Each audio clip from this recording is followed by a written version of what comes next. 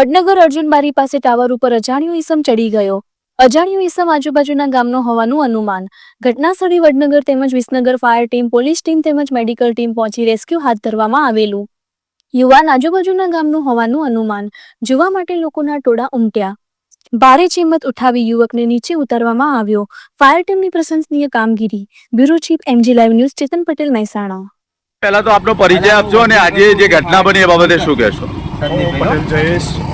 Patel Jayesh, incharge fire inspector Visnagar.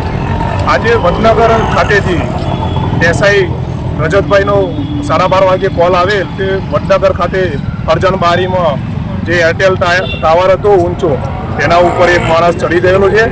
તો અમારી વિસનગરની fire team ઘટના સ્થળે આવીને ત્યારબાદ અમારા જે 2 ફાયર પાયલોટ અને ફાયરમેન જે દ્વારા રેસ્ક્યુ કાર્ય ચાલુ કરેલ અને એને બહુ તકલીફ બાદ એને ઉપરથી ઉતારેલ હતો.